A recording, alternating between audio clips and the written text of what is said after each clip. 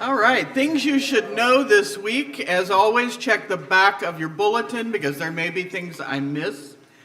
I'd ask that you silence all your electronics during this time. Turn your phone ringers off.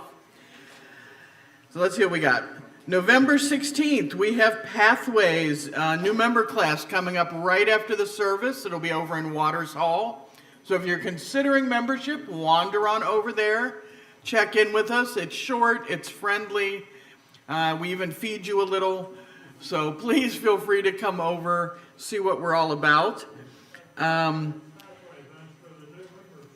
New thing, we have special food drives that are going to be happening on our special offering Sundays every other month. Please bring the food donations and put them in the bins at the front of the sanctuary. We're going to make a big fuss about this. Products requested are for our neighbors in the most need, who may not be able to get to the food bank safely for fear of being picked up. Sarasota UU is coordinating and delivering the goods and donations. Of funds are much appreciated. You can pay by credit card at Sarasota if you want to make a cash donation. The most requested items are ground corn flour masa, rice, beans, pasta and sauce, peanut butter, cereals, oatmeal, bread, soap, detergent, hygiene products, diapers, and toilet paper. So keep that in mind. November's birthday celebration will take place next Sunday after the service. There's an educational forum, the current immigrant detention crisis, at 11:30 after the service today. If you're not sure what's going on with that, Anna, are you in here? Anna's in the back there, and you can get her and ask quick questions right after the service. This forum will address the crisis in immigrant detentions and share practical steps to support our community. A reminder, if you've signed up for art journaling, that's the 7th and the 21st from 12:30 to 2:30. Pat, are we full with that? So we are full. It is not an open class, but if you've signed up, please don't forget to come. Or if you can't come, please let Pat know so she can make a spot available for somebody else. Last but not least, Roxy has said her transitions group is going to not be meeting, this coming Tuesday? Not meeting this coming Tuesday, but they will meet the following Tuesday. If you have any questions, Roxy, raise a hand. You can ask Roxy what's going on with that. And finally, the Sage Circle signups are out on the lanai. There are 8 people to a group, and we have 4 group leaders right now. We have 2 more groups that may launch in December. If you want to sign up, only sign up for one group. You will meet with that group for all 5 meetings of your group. This is a members-only project. So more impetus. If you haven't become a member yet, sign up so you can join a Sage Circle. These are fun small group ministries. You'll get to know 7 other people over the course of about 5 months. You'll answer silly questions, have some deep discussions, and in general have a really good time. And then the groups will disband and they'll reform next year, and you'll be with new people if you choose to keep going. Really consider signing up for a Sage Circle. They are awesome. And I think that's all I have today, so I am going to turn it over to my lovely assistant.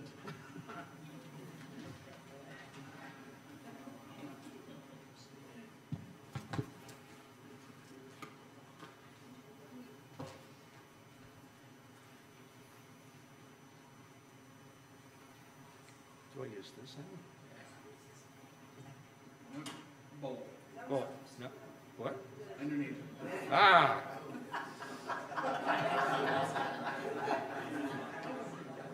It's been 5 months.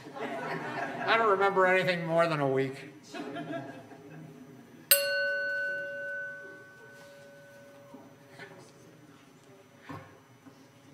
Good morning. My name is Steve Simon, and I'm your worship associate, and I want to welcome all of you to the Unitarian Universalist Congregation of Venice, which we typically call UCOV. Today's service may sound a little spooky. Don't look now, but there might be a zombie in your pew. Before you start checking under the seats or eyeing the person next to you for suspicious undead behavior, take a breath. Nobody here is actually a zombie. At least, not until the coffee runs out. Today we're going to have a little fun with something that's usually reserved for late night TV marathons and Halloween parties, horror and monster movies. These stories may look like they're about vampires, werewolves, or brain-hungry zombies, but they've always really been about us, about who we decide is normal and who we decide is the other. Every generation has its favorite monsters, and they usually look suspiciously like the people society tells us to fear. But in this congregation, we don't do fear. We do curiosity. We do compassion. We do community. We know that if there's a zombie in the pew, the most you thing we can do is to slide over and say, "Hi, I'm glad you're here. Would you like a cookie instead of that brain you're eating?" So settle in, my brave souls. We're going to laugh a little, think a little, and maybe see how love, radical, inclusive, daylight shining love is the best monster repellent at all. Welcome everyone to worship.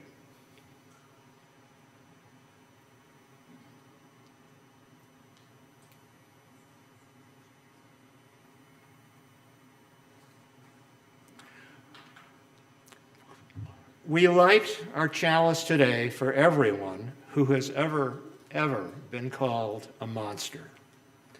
May our light shine on the reality behind the mask. Lisa?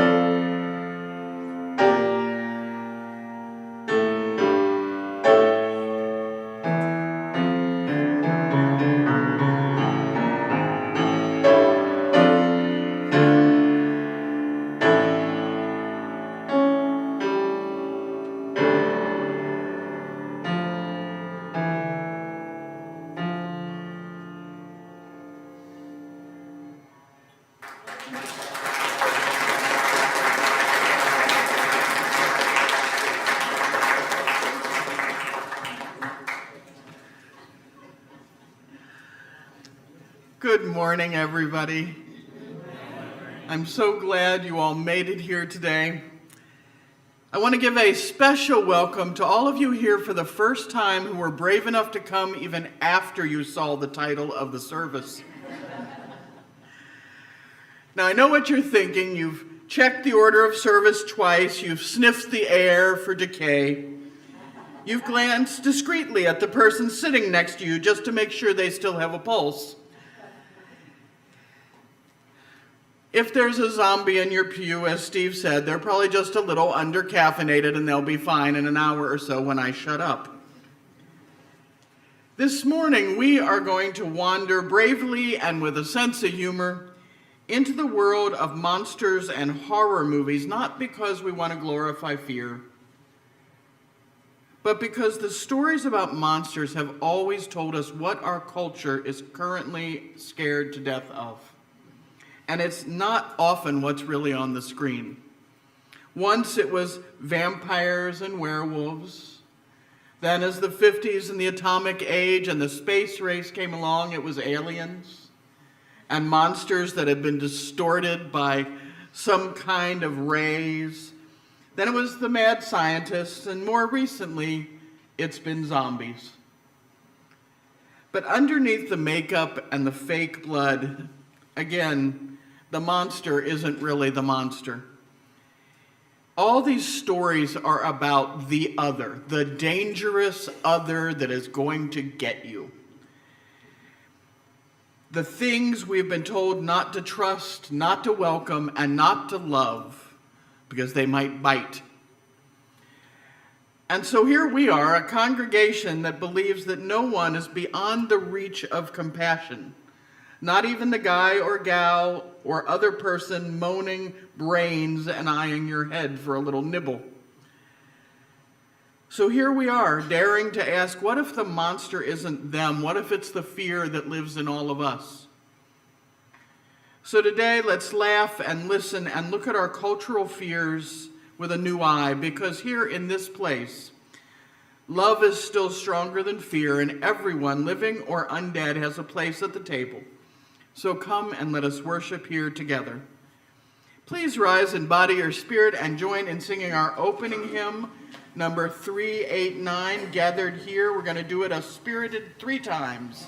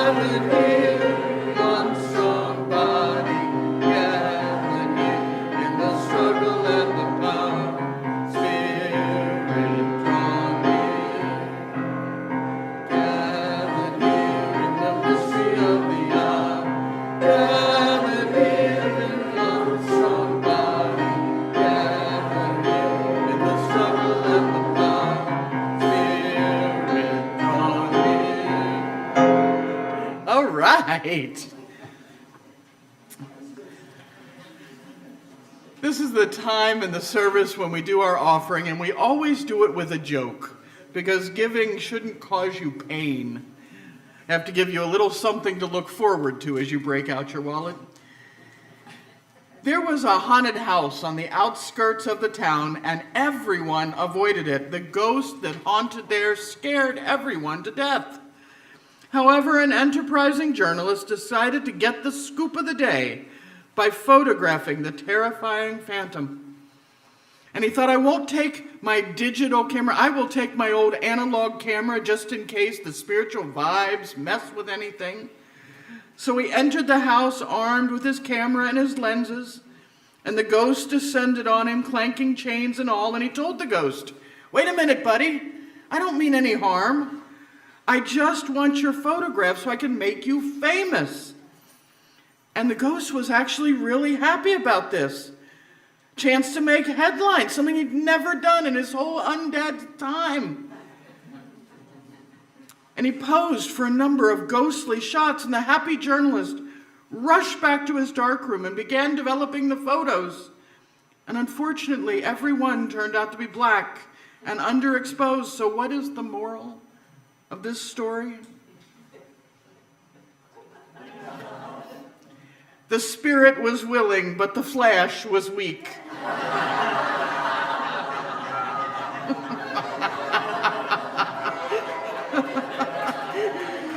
Oh, don't ever bring your tomatoes in, folks. The morning's offering will now be given and gratefully received.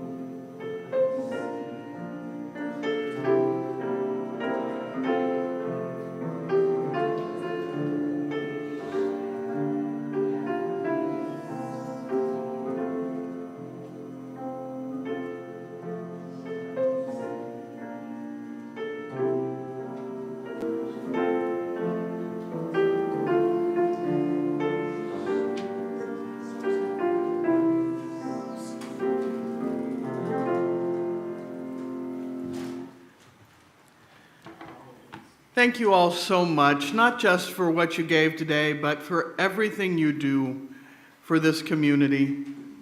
Thank you.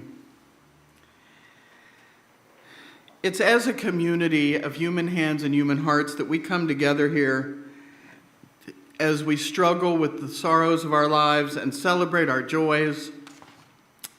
So if you have something to share, please raise a hand and someone, let's see, Tony today, Mike over there, someone will bring you a microphone. If you're new here, please feel free to raise a hand and introduce yourself quickly.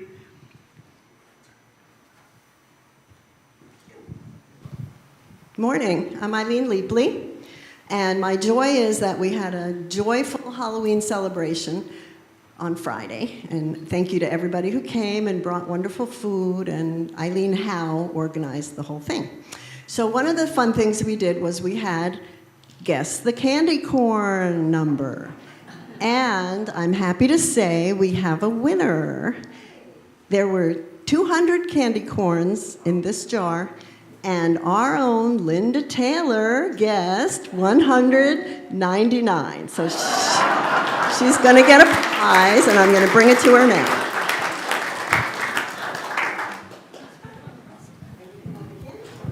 Hi, this is a blatant advertisement. My name's Joel Morrison, and I'll be on the lanai this month with copies of a book that I put together during enforced stay for COVID. And if you'd like it, come over and leaf through it, and I'd be glad to sell one to you. All the proceeds will go to UCOF, and so I'm undercutting Amazon by about $4, but that's all right. I just want to let you know that my lovely wife Eileen did her first 5K Saturday.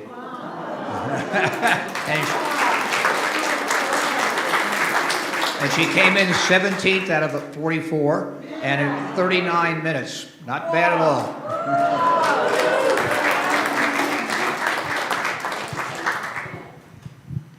Yes, my name's Ann Easter Smith, and this is our last time here at UCOV. We have really enjoyed the 2 years that we've been coming, but we are going north. We have been a little tired of the summers here, and other things that haven't quite met what we thought we'd find when we moved down here 5 years ago. But this community definitely is one of our joys. And thank you very much for making the 5 years more palatable.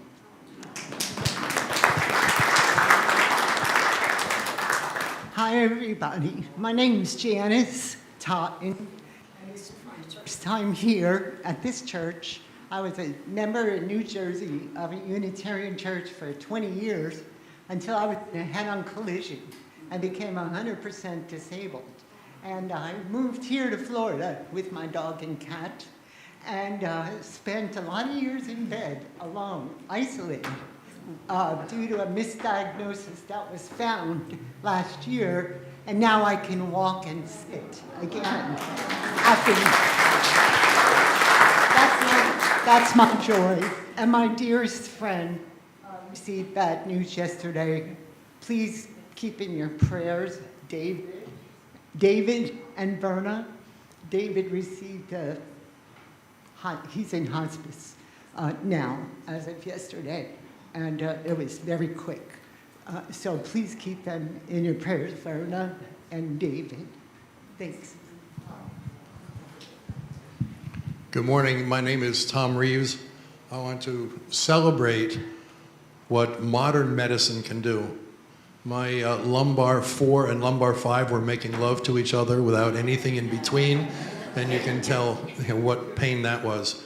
Well, they went in, and with radio signals, they killed the nerves in both of those lumbars. And I think I'm good. I'm good to go.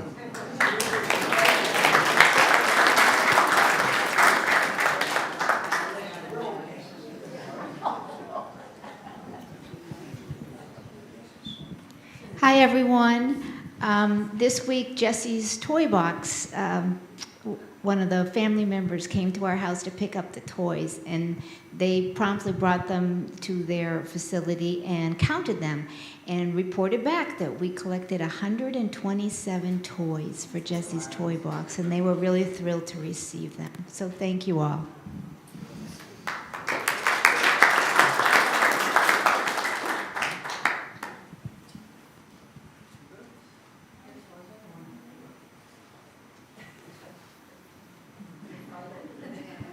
I can get there.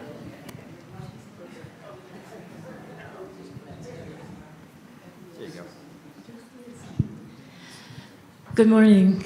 A year ago, I listened to Reverend Dr. Amy do a presentation called Ghosts, and I thought, what? I was hooked. I just want to tell you something. I might be that zombie in the pew because I have watched every single service, every single special presentation that you've had the entire year.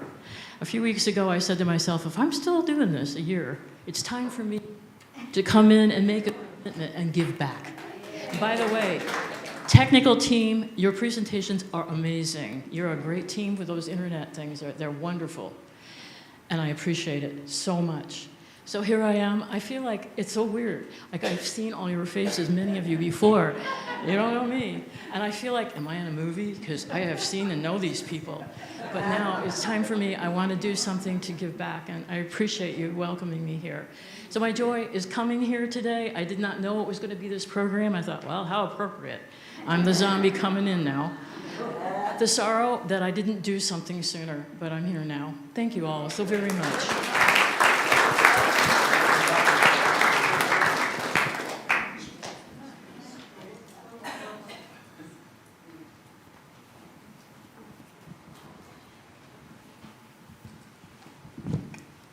My name is Donna Schaefer, and I just wanted to remind everybody that Monday is our Meatless Monday.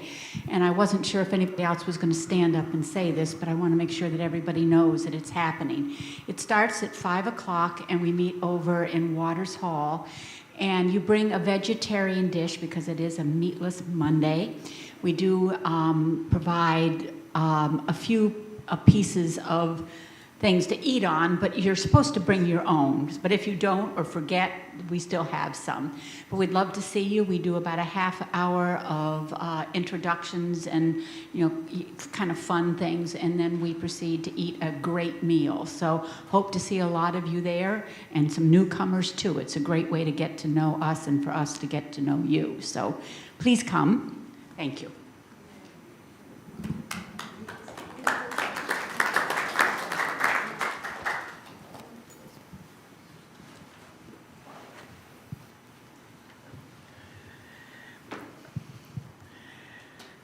May the love of this community hold everyone who needs love and concern, and may the light of our community shine on the broken places of the world.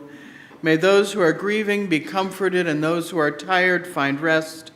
May the broken places be healed, and may those who are filled with joy and laughter be abundant.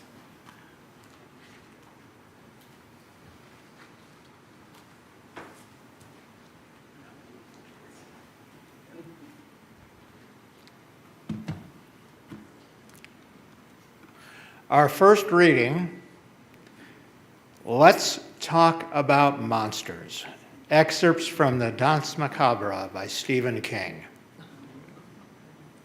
Well, let's all let that go for the moment. Let's talk monsters. Exactly what is a monster? Begin by assuming that the tale of horror, no matter how primitive, is allegorical by its very nature. That is, it's symbolic.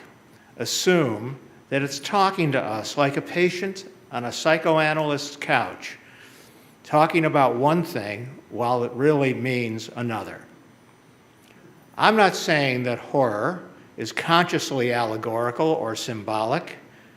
That is to suggest an artfulness that few writers of horror fiction or directors of horror movies really aspire to.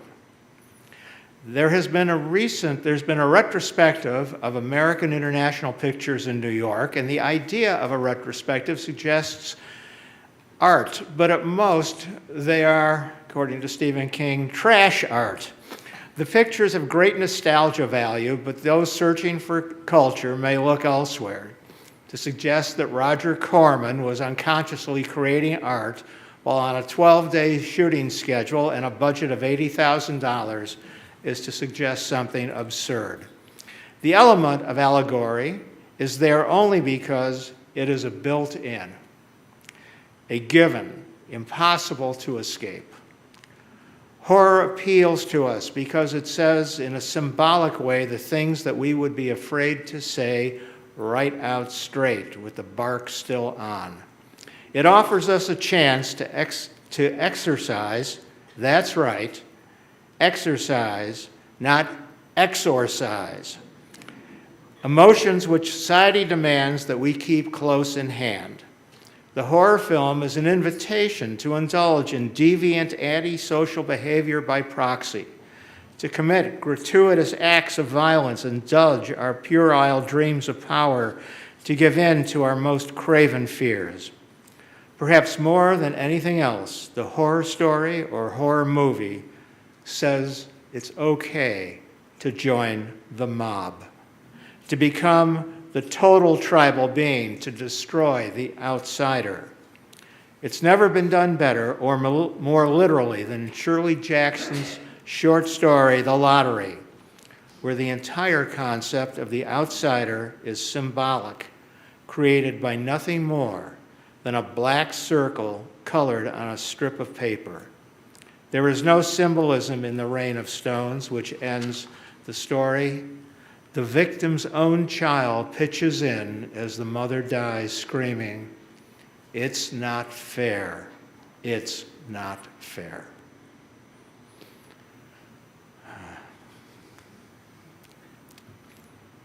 Now let's settle into stillness, and if you hear any moanings nearby, don't panic.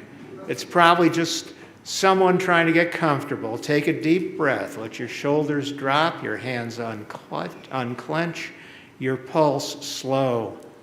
We live in a world that sells us fear by the bucket full, fear of strangers, fear of failure, fear of the future, fear of each other. Every generation has its monsters, the ones that we are told are coming to destroy our way of life. But here in this space, we remember something different. We remember that love is stronger than fear. We remember the only thing that really dies when we open our hearts to compassion is prejudice.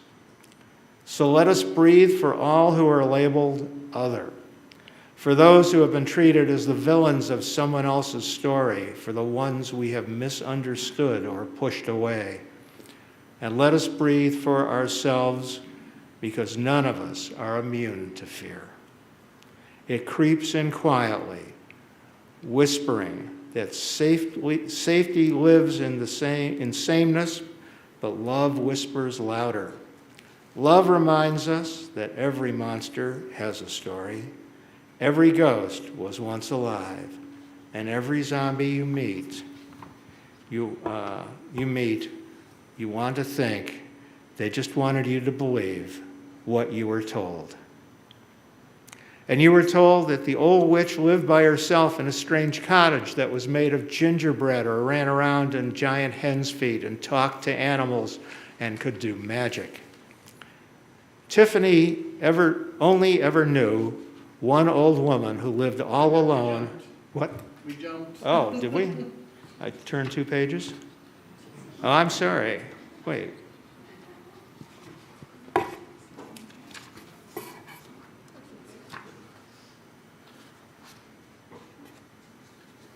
With the words of the meditation in mind, would you please join us in 1 minute of silent thought, meditation, or prayer? Okay.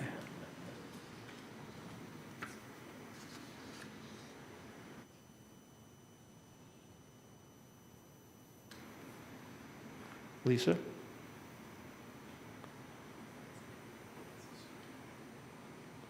says interlude?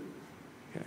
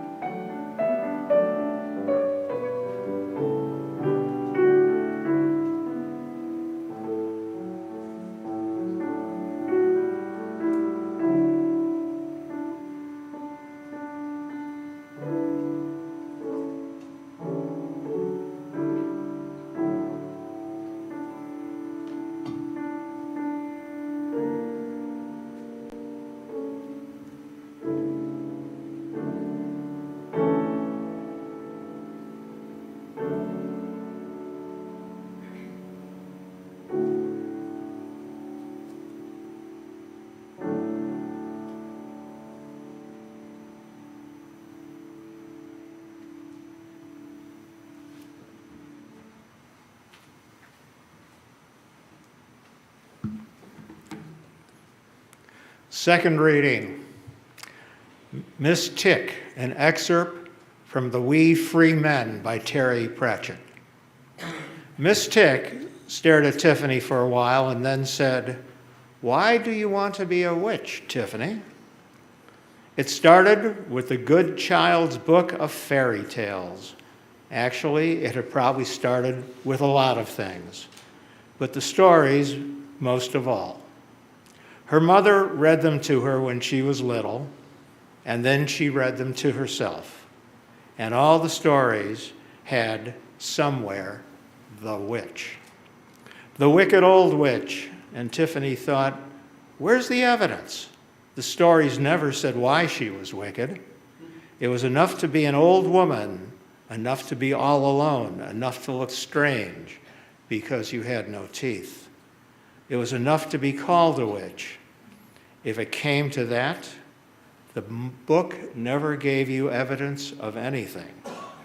It talked about a handsome prince. Was he really? Or was it just because he was a prince that people called him handsome? As for a girl as beautiful as the day was long, well, which day? In midwinter, it hardly ever got light. The stories didn't want you to think. They just wanted you to believe what you were told.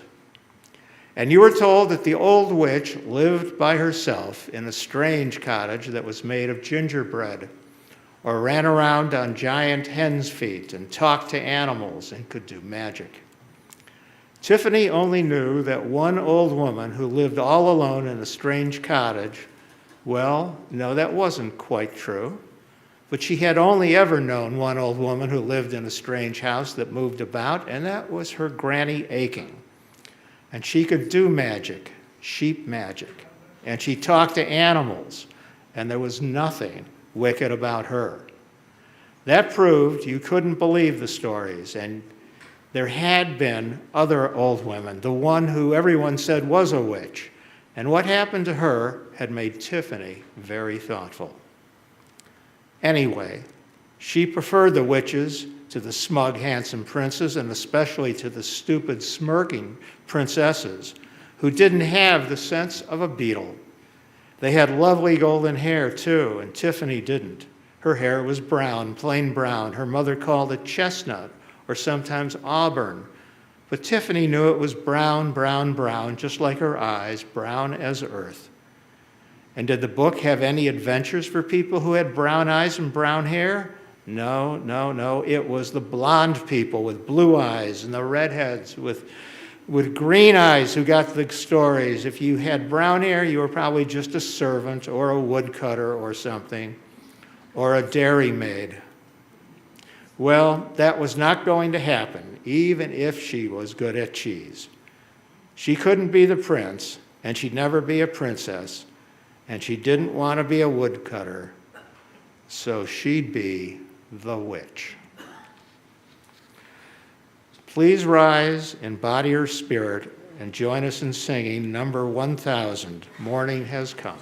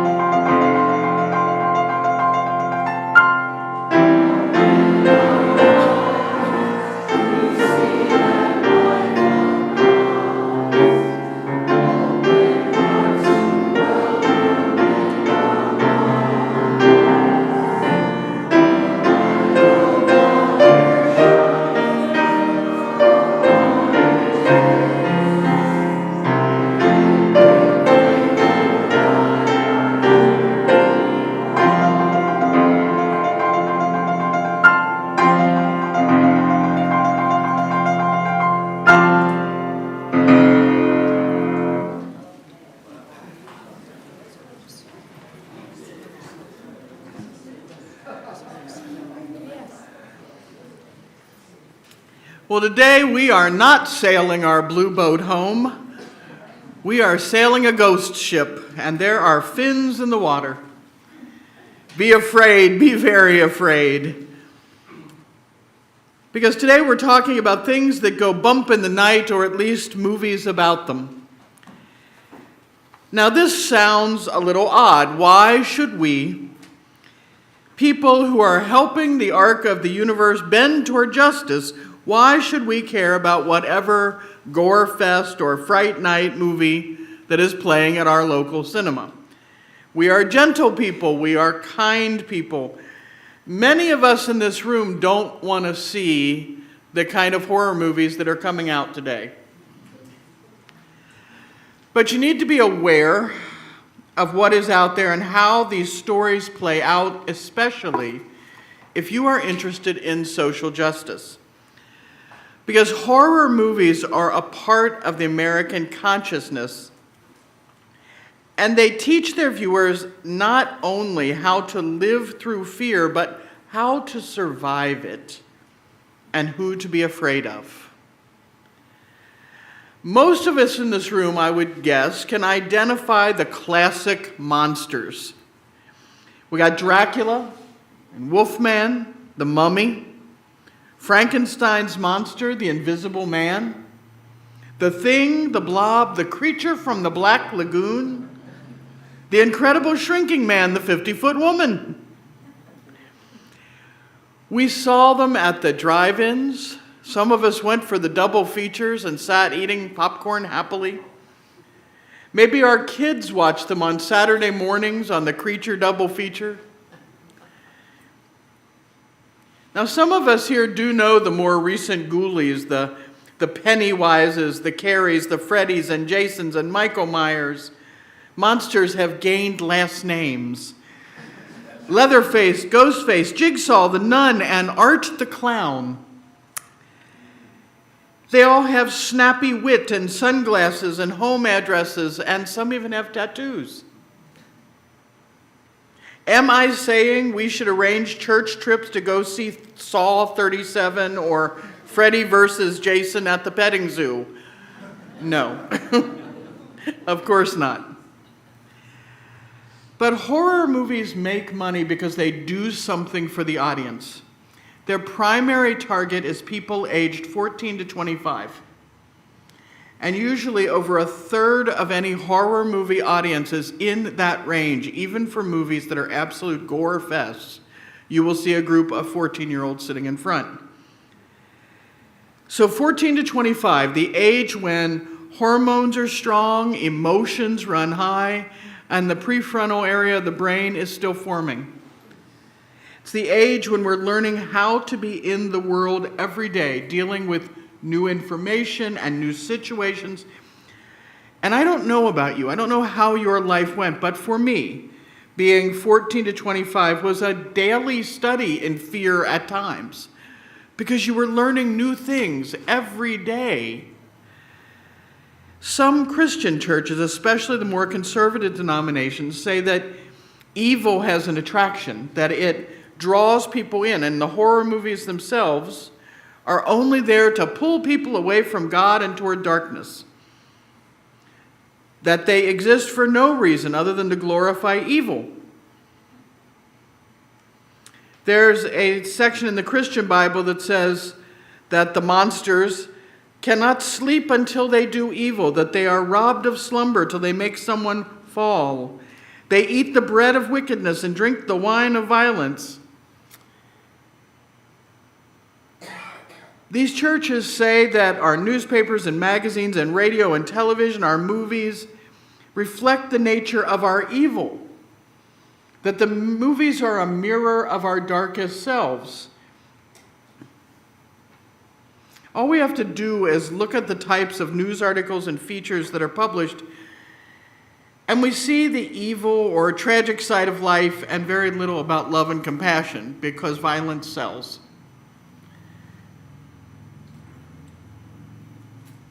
Evil fascinates us.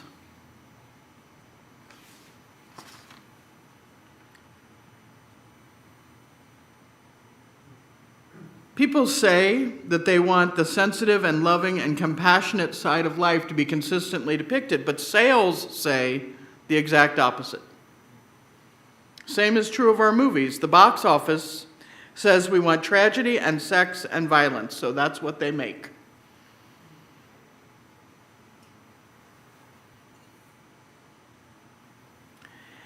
Some churches say that the studios make their money because of the attractiveness of evil, that showing these things, sex and tragedy and violence for money, is evil, and it's evil for people to spend money to go see it. They're close, but they're missing the point. Horror movies are a mirror, and we are drawn to the images, but not because we're evil. Stephen King is closer to the truth. Scary movies let us work out fear allegorically, to examine the things that scare the bejesus out of us as a society, and to come out the other side alive. We aren't attracted to the darkness, not most of us. We want to know that we can live through it. We want to know that we can fight it. We want to know that the monster doesn't win. And that's a very different idea. So if horror movies show us allegories for what we fear, if they tell us how to fight our fears, how does that impact us? Let me give you a timely example. For the past few decades, zombie movies have ruled the roost. Shows like The Walking Dead have become incredibly popular. Older movies like World War Z, new movies like 28 Years Later, funny movies like Shaun of the Dead and Zombieland, they have pulled people into the box office. Zombies look like us, only worse. They're dumber, dirtier. They eat disgusting things and they smell. We can't understand the gobbled sounds they make. Or they just say stupid, simple things like brains over and over to tell us what they want. And they will overrun us if we don't watch out. It will be an apocalypse and we will be lost. They will replace us. Is this starting to sound like any political rhetoric you have heard lately? That's actually the plot of an older movie, I Am Legend. They do replace us. And I'm going to spoiler here. Sorry, it's over 20 years old. You're out of luck. The guy killing the zombies ends up realizing he's the monster. They have completely replaced humanity. He's the boogeyman. He's not winning. He's their monster. In 2012, FEMA really, I'm not kidding in the least, created a community preparedness webinar series, Zombie Awareness, to prepare us for the zombie outbreak. Why? The plans are actually plans for any infectious pandemic or worldwide, countrywide crisis. You can get on the web, if you Google when you get home, FEMA zombie pandemic, the thing is still there. And it's a wonderful prep sheet for what do you do when you're about to be overrun. They thought more people would pay attention if they made it funny, so. The good thing with zombies is if you just stand your ground and shoot them or batter them to bits, they go down easily. Most zombie movies have one shooting gallery type scene, and it sounds gross but harmless until we realize again, we're not really talking about zombies.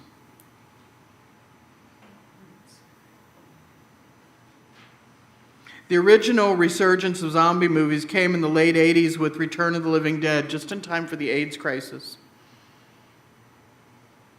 So today you can replace the word zombies with undocumented worker, and you get what these movies are talking about. That's the real fear that we are exercising now, the trumped up fear of shambling hordes in our streets that we can't understand, eating things that we don't eat, who could replace us if we don't pay attention. And you have to show them who's boss, right? because they're worthless. The movies tell us that we deserve to win, even when we don't really. They make it clear who the monsters are, and it's us against the faceless them. They define our prejudices. And the rules of survival in these horror movies are fairly stereotypical. So predictable that they have become tropes, and I'm sure some of you know these.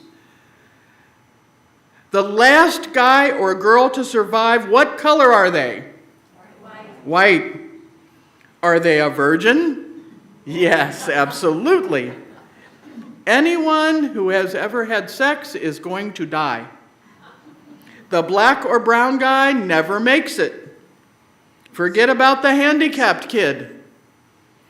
Anyone who uses alcohol or drugs is a goner. The weirdo is always the killer. Reading old books in odd languages is dangerous. Don't go in the basement, the dark, or the attic, and never go alone. The underlying message is strong. Don't stray from the pack. Stick with the herd. Be afraid of anything different. Be afraid of your own body and its urges. White is better. Able-bodied is better. Chaste and sober are better. Be afraid of the unknown. That's what these movies tell us.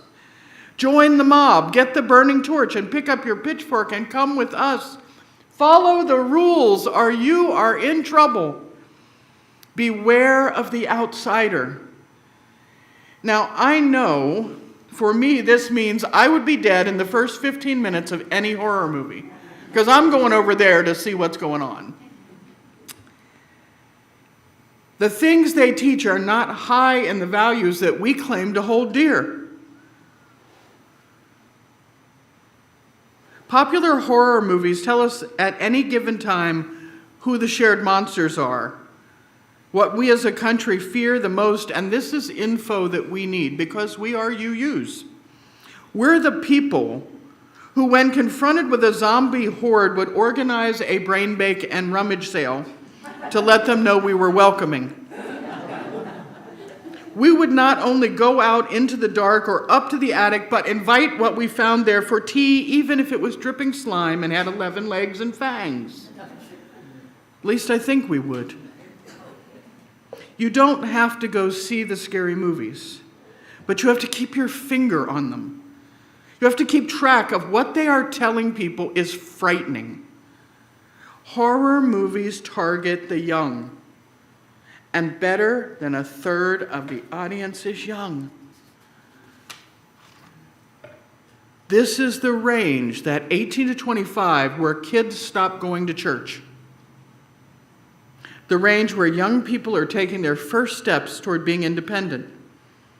And these movies are telling them that everything will be fine as long as you join the mob and follow the rules. And fear the monsters. I don't have to go see a horror movie if I don't like them, but I have to know what scares people. I have to be able to begin a conversation about why the rules may be wrong, or at least a stereotypical joke, and how to look past some neck bolts or fangs or taste for brains and see the person. I have to understand that I want to be the guy who dies in the first 15 minutes because I read the book or twisted the puzzle box or went into the dark because I heard screams and thought somebody needed help, and I would do it again. When I say come, come, whoever you are, I mean that. Because how can we embrace people other than ourselves if we are afraid of everything? So have the conversations, ask the hard questions. If we don't want pop culture shaping the way our world deals with being afraid, then we have to speak up. I'm perfectly fine with you enjoying the chills and thrills of an occasional horror movie, but talk about the messages behind them. Explore what's scaring people so you can help talk about the real cause, the underlying cause, and make it less frightening. Call for pop culture that lets us exorcise, not exercise, our fears. And put down the pitchfork and invite a zombie to church today. Amen.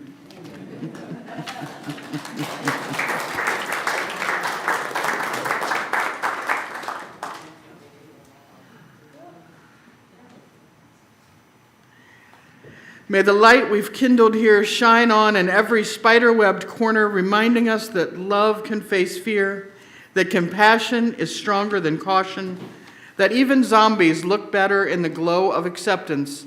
Go in peace and keep your hearts open and your pitchforks down. Please rise in body or spirit and join in singing our closing hymn this morning, number 131, Love Will Guide Us.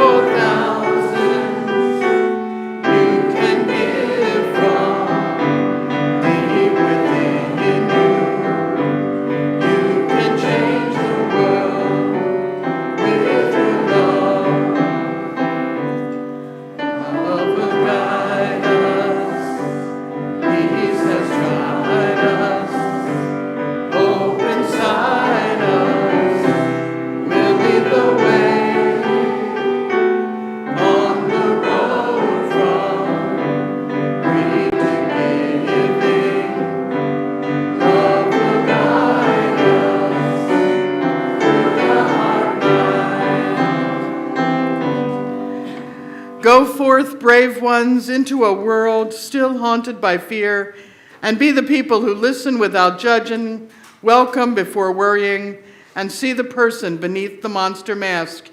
And if you meet a zombie on your way home, smile, offer kindness, and remind them that brains are on sale at Detweiler's.